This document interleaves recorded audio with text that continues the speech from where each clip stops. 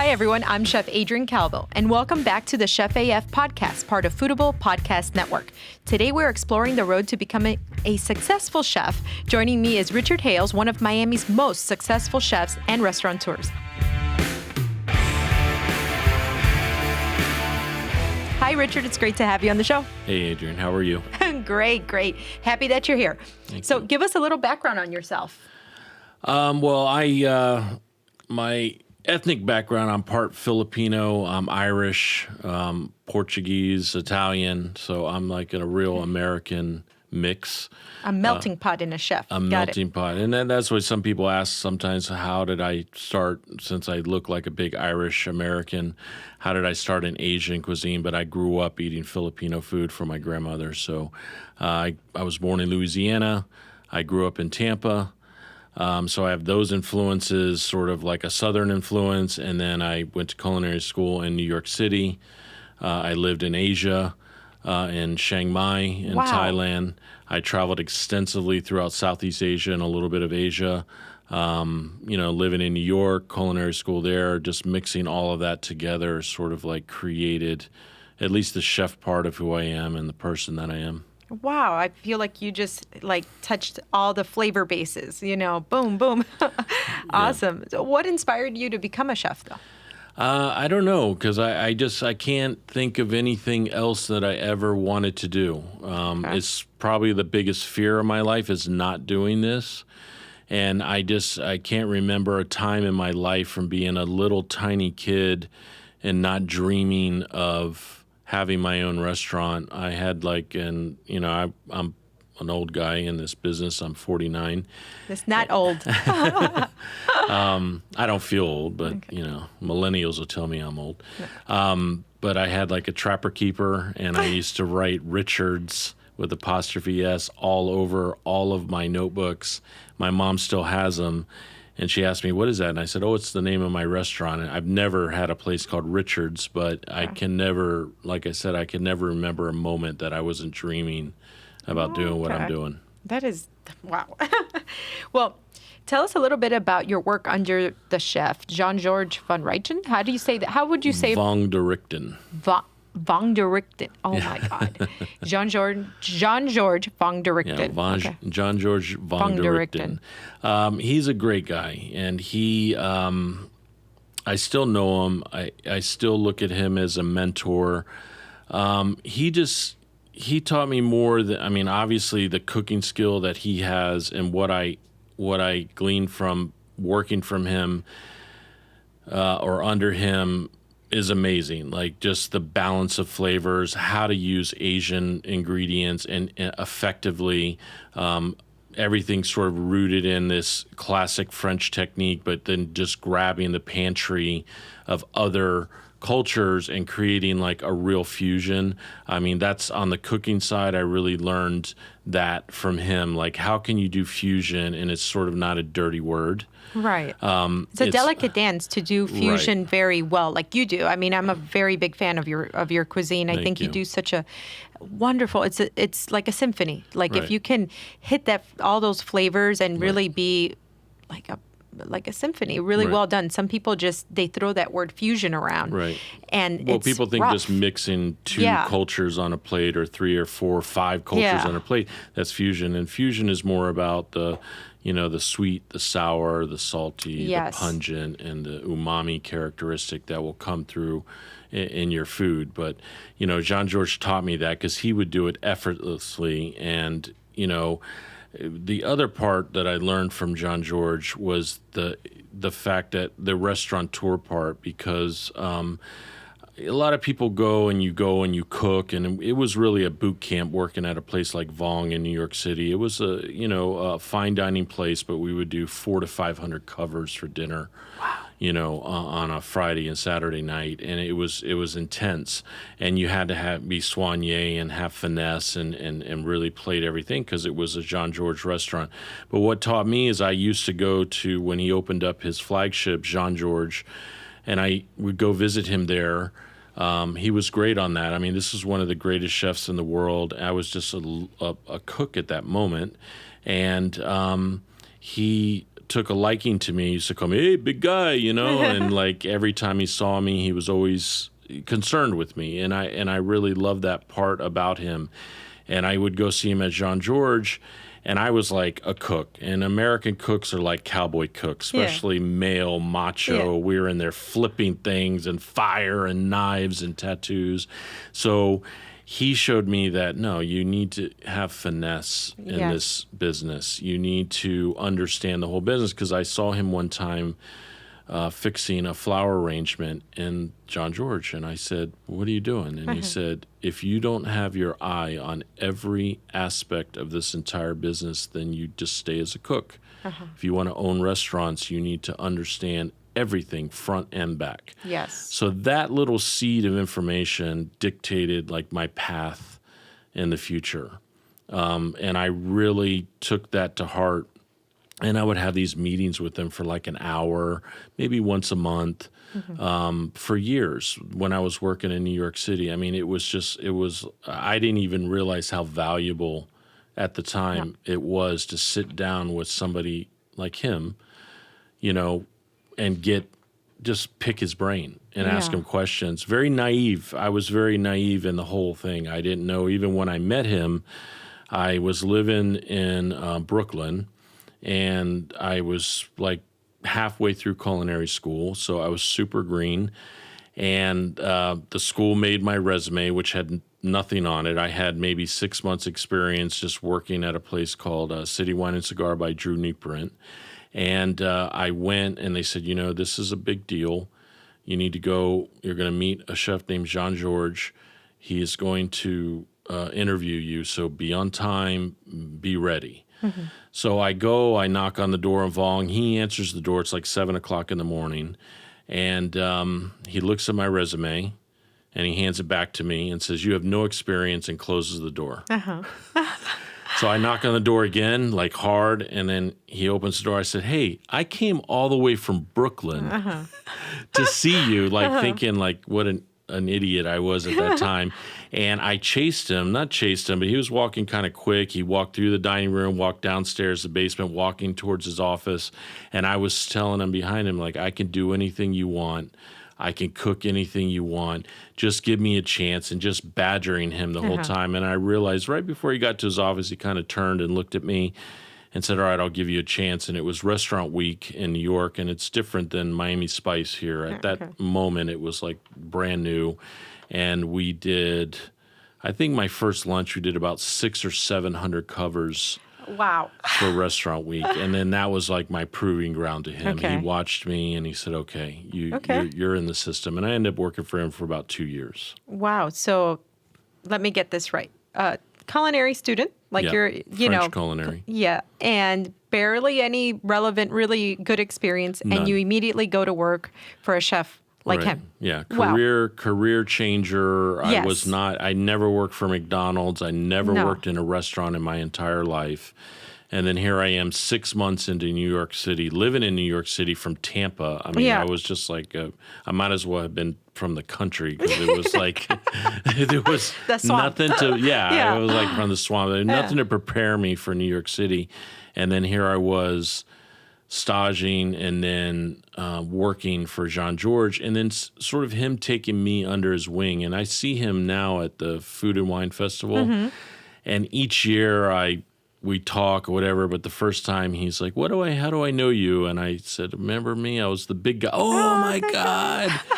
And then he starts taking me around to all of these people, his important people in the festival and in his orbit. Yeah. "Oh, this guy used to work for me. Now he has 3 restaurants and he's here in Miami." I mean, he's just an amazing guy. Wow, that's such a great story. I mean, it's almost like the path was laid for you. Yeah. Like you had to go and be there. You know, so many chefs, like you say, sadly, but they do work at McDonald's first or somewhere, these fast food chains, especially if they're students, because they're just paying the bills, right? Like, this is outside of these questions, but I have to know, where were you eating while you were living in New York? Or Brooklyn? I mean, not much. I mean, when I lived in Brooklyn, I mean, I didn't have any money. And that's one thing for young chefs is if you want to be somebody, you need to work as close to the person that you want to be for free. Okay. Right? Because then you get access to that person. You have to have some sort of leverage to get near an icon, right? So if you think you're going to go in there and say, I'm going to work for $17, yeah, you're worth $50 an hour to the place, but you got to work for free. And that's what I did. So I was working there for free. I was living in Brooklyn in like a little studio. So I used to go to this place called Foscati's Pizza, and they had like 2 slices and a Coke for like $4. Okay. Yeah. Something like that, But then as I, got into Manhattan in the scene, I mean, that you're talking about a time too that, still fine dining was still, the French fine dining was going out, and places like Danielle and Jean-Georges were coming up, So there was moments like, I staged for Tom Colicchio at Gramercy Tavern. I didn't know, the future, what he had and how big he was going to become. But I staged in his kitchen. I turned down a job for him even before Kraft. And if I would have taken the job in Kraft, I would have been working with, what's his name from Momofuku and, all of these like big heavy hitters that are in our industry now. So it's just, from low end places, but I didn't have a lot of money, so I'd eat in Chinatown. I'd go get like a 50-cent pork bun and eat that on the subway on the way to work. And sounds like a great story, though. Yeah. Then eat at work. The sauces that we make is always left over. Going out late at night. It was really an experience that changed chef me. Life. Yeah, the real chef life. It was a real chef life. Yeah. If I look back at that time, it was a real cutthroat chef life where you needed to know your shit, and you better hold up on the team, because like if you were the weak link, like you were going to get cut, you know. And that was it. That's what I'm going through right now with Crack that I just opened. We're just going through so much culinary now because some just don't cut it. They don't have that grit, to hold on. Or I mean, if I were to even tell it, I'm going to, after here, that's where I'm going. I'm going to be like, Chef Richard told me he did 600 to 700 covers, and he was, a student, and he had to prove what he had, what he was made out of. I mean, imagine at that time too. I mean, you're talking, we would do Vong, we would work about 70 hours a week, and this is no exaggeration. Yes, not. When we would go in on Thursday, the day crew, that would be their last day until Sunday. So we would work Thursday night, Friday lunch, Friday dinner, Saturday lunch, Saturday dinner, and then the next crew would come on Sunday. So it was a marathon of like, you didn't eat. We would literally go out after we would leave service around 1 or 2 in the morning. We'd go out, of course. I was in my late 20s. We'd all go out, get hammered drunk. I mean, I'm not condoning it, but we'd get hammered drunk. And then we wouldn't even go home. We'd go right back to work. We'd go right back to work, and then we would set up all the stocks and all the bones roasting and everything on the line. And then we would take turns going in the dining room and sleeping. Like we would leave like 1 or 2 guys on the line, and like 2 or 3 guys would go out in the dining room under the tables and sleep, because we would have to be there like at 6 or 7 in the morning if you were going to be ready for lunch. And we were just finishing work around 2 in the morning. Right. So what did we do? We just go drink and then came back and slept, and that was it, But I mean, they don't make them like that anymore, and just we didn't to get paid either. They gave us $400 a week salary for 70 hours. It's illegal. Yeah. I mean, it's like, it would never fly today. Yeah. But that's what had to be done. And for you to make it, that's what you had to do, you know?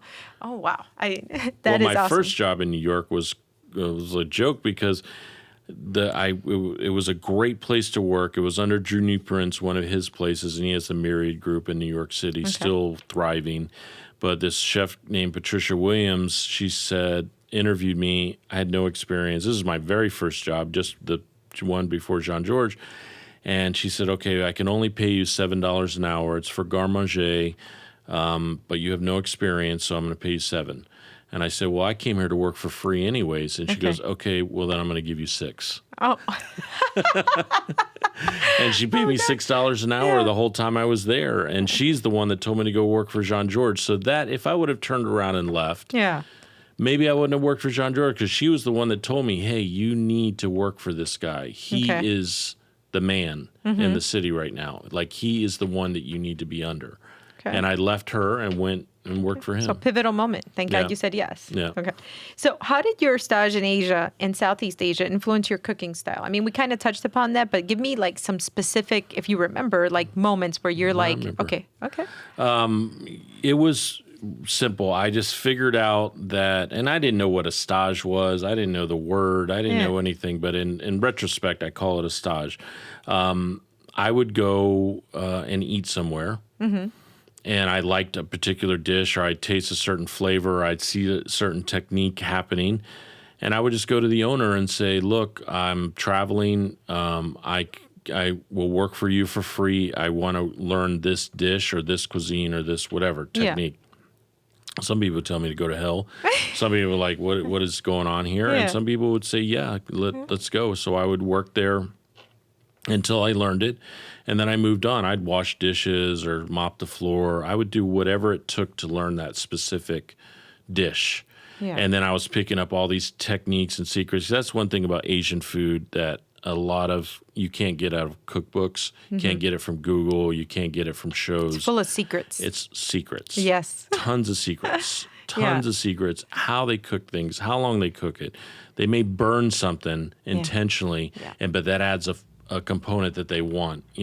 Those are the things that I picked up, and I credit the success of me cooking Asian food. One, growing up with my grandmother, Filipino food, soy sauce, vinegars in my palate from a baby, but just honing in on those little technique secrets and being able to apply that to my cooking is the success. So that's what I would do. I would first go to Thailand. I go to Malaysia, Indonesia, Bali, Singapore, Korea. I've been Japan, China, Hong Kong, and I would just do that everywhere. Well, which one would you say is your favorite? Thailand. Thailand is your favorite? Is that the most flavorful? I think so. I think, and I always said, like, if you learn French technique, the flavors of Asia, and the simplicity of Italian food, you're going to be one hell of a chef. Okay. Like, that is Words of wisdom. It's just like those three cuisines put together, the structure of French food, the flavors of Asia, and the simplicity of fresh ingredients from Italy is just... Have you visited Italy? Yeah, many times. Okay. In Europe, which one would be your favorite? Currently, I love Spain and Portugal. I love Italian food. I grew up eating Italian food. But to travel, I've been to France many times, Germany, and all over Europe and Northern Europe.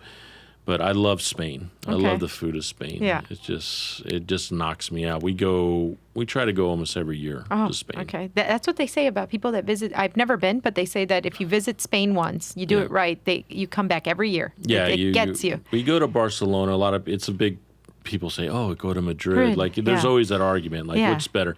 We love Barcelona. Okay. It's a very international city, but it's a very Spanish city at the same time.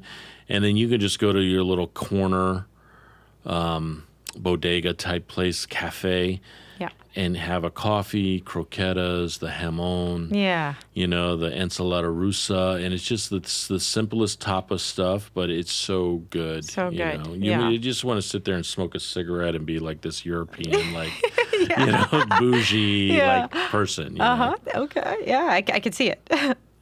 So you have quite a list of media appearances ranging from diners, drive-ins, and dives, 24-hour layover with Anthony Bourdain, Foodables, Fast Casual Nation. Could you share some stories from working on television? Anything funny, anything great, anything pivotal? I mean, just, I would say, because everybody wants to be on TV now, everybody wants to be on these cooking shows and competitions. Young chefs think that this is norm. I mean, when I started out cooking, it was not. You had Great Chefs of America or Great Chefs of North America on TV, on like PBS. Yes. That was it. Oh, yeah. I remember that. And I love those shows. I saw one the other day.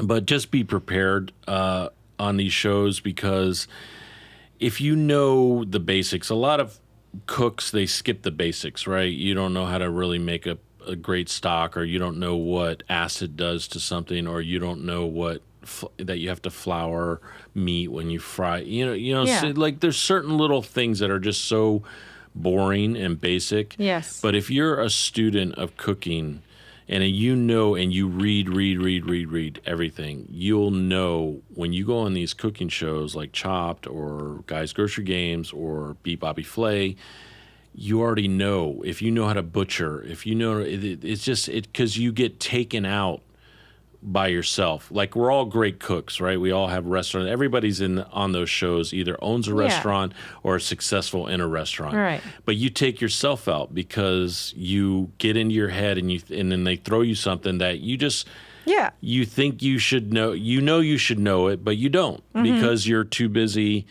doing the high end, right? But people forget, like, just the basic things is what gets you through those appearances on those shows, and that's what makes you a judge. And this is the truth. This is not, because I've done all the shows, and that's what makes you a judge. When they see that they can give you whatever they throw in front of you, and you can do it, then you become a judge. And I realize that in it because I'm specialized in Asian food, and I dabble here. But I went on a turbo ride when I went from nothing to Jean-Georges. So I missed all of I've never been a breakfast cook. I've never been, so when you miss all of those things, and then I opened up my own restaurant, became a sommelier, then opened my own restaurant, I missed the basics, and you see that in those shows that they're looking for the people that can sit in front of the camera, even when you lose and they say, okay, recount your dish. Yeah. They want to hear skills. They want to hear technique. They don't want to hear you go, oh, it sucks. And they want to hear, because the viewers want to hear technique. They want their viewers to be educated by these shows. Drop some knowledge on them. That's what it is. And that's what it is. And that's the simplest thing I could say about being on those shows. And be ready. Don't waste 1/10 of a second on camera without being ready. And realize where you're at, and realize that every second is thousands of dollars to that production. Oh, yeah. So people don't realize that. They think, oh, well, I'm shy or whatever. Like, just get over it, shake it off. They want you to be successful. They don't want to make you look stupid. Right. They want you to be ready. Yeah. So, but they're fun, and you meet a great group of people. I mean, Guy, he's the godfather of my kids now. And we have a personal relationship. We're friends. But he's even tough on me. Like, you got to get better. You got to get, when you're on camera, you have to do this or that or whatever. So it's fun, but it's, unfortunately, I think it's corrupted our industry too at the same time. Oh, for sure. Because everybody thinks they're a Food Network star. Yes. Or that's the goal. The goal is to serve people. The goal is to have a great hospitality business. And I think young chefs forget that. Yeah. I mean, I think that's the struggle now in finding good chefs. That's Everybody what it wants is. to be a superstar. Yeah.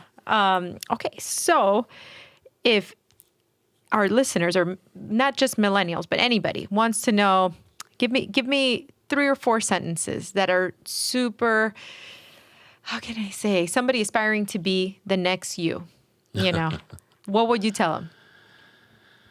Work hard, don't forget about what you think other people think about you. Just be you, That's the most important thing, is just hustle, work hard, forget about what other people say, do things that for yourself, because you're not doing it for anybody else. Okay. You're doing it for yourself, And if you want to aspire to be somebody that's in my position that has a small restaurant group or whatever, then you have to work for that person. You know what I'm saying? You have to come and work, and you have to work for cheap, and you have to be sort of the Johnny on the spot in the restaurant. That's what I was. Okay. That's what took me through my career from being a cook to a traveling cook to sommelier to a wine director to, I was never in my life a sous chef or chef de cuisine in anybody's restaurant. So, wow. And I own 5 concepts now. Yeah. So I learned every aspect of the business. Yeah. I went in the front of the house when my cook friends made fun of me. And I wore a suit, and Google it. Google Richard Hales sommelier, and you'll see me. I know. You worked at the Mandarin. I was at the Mandarin. Yeah, I was I a remember. sommelier there. Okay. And, I did that job for free because a sommelier quit right when I became the assistant manager of Azul, when Michelle was the chef there. And I wanted to work there because there was no room for me to work in the kitchen, but I wanted to work close to Michelle. I wanted to learn from her. And I also wanted to learn the front of the house for the future because I knew I was going to open my own restaurants. Wow. And right when I started, the first week, the sommelier quit, and we were having an F&B meeting. And I said, I'll take over for him, like the basics. I'll stock the wine room. I'll do the orders. I'll do the inventory. I'll keep everything circulated in the hotel. And, of course, they were like, yeah, fine, because nobody wanted to do it. Right. But then I started to learn about wine. I got in the track for the Court of Master Sommeliers. And then after 7 months, they said, look, we want to give you the job. And I became the corporate wine director for the Americas. Wow. From that. And the knowledge that I learned from that experience and traveling. I used to go to France and South America and California a few times a year, all to wineries, and I did harvest, and it was all surrounded by food. So I was still learning about food. Yes. I was still learning about food, but then I would bring that and just bank that and make notes. I mean, I tell people, I used to be embarrassed about this fact, but I only cooked for 4 years before I owned my own place. Wow. So impressive. No, you should. I mean, you should be very proud. I was a somm for 8 years. Yeah. But I only actually cooked for 4 years. And when I opened Sakai Kitchen, I had not cooked in 8 years. Mind blowing. But if you learn the right stuff and you apply it properly, right? I mean, you had the right recipe. Yeah. Yeah. Awesome. Well, thanks for hanging out with me today. I learned so much. I hope our listeners learn a lot. And I mean, you're super cool. I knew about you before, but now I think you're even cooler. Thank you. Likewise. Thanks for listening in today. Make sure to subscribe to your favorite podcast app and leave a review on iTunes. We love your feedback. If you have an idea for a show topic or a guest you would like to see here on Chef AF, make sure to send it to producer@foodabletv.com. Also, if you like this show, you'll love some of our other podcasts. Just search Foodable Network on iTunes to get access to all the amazing culinary content.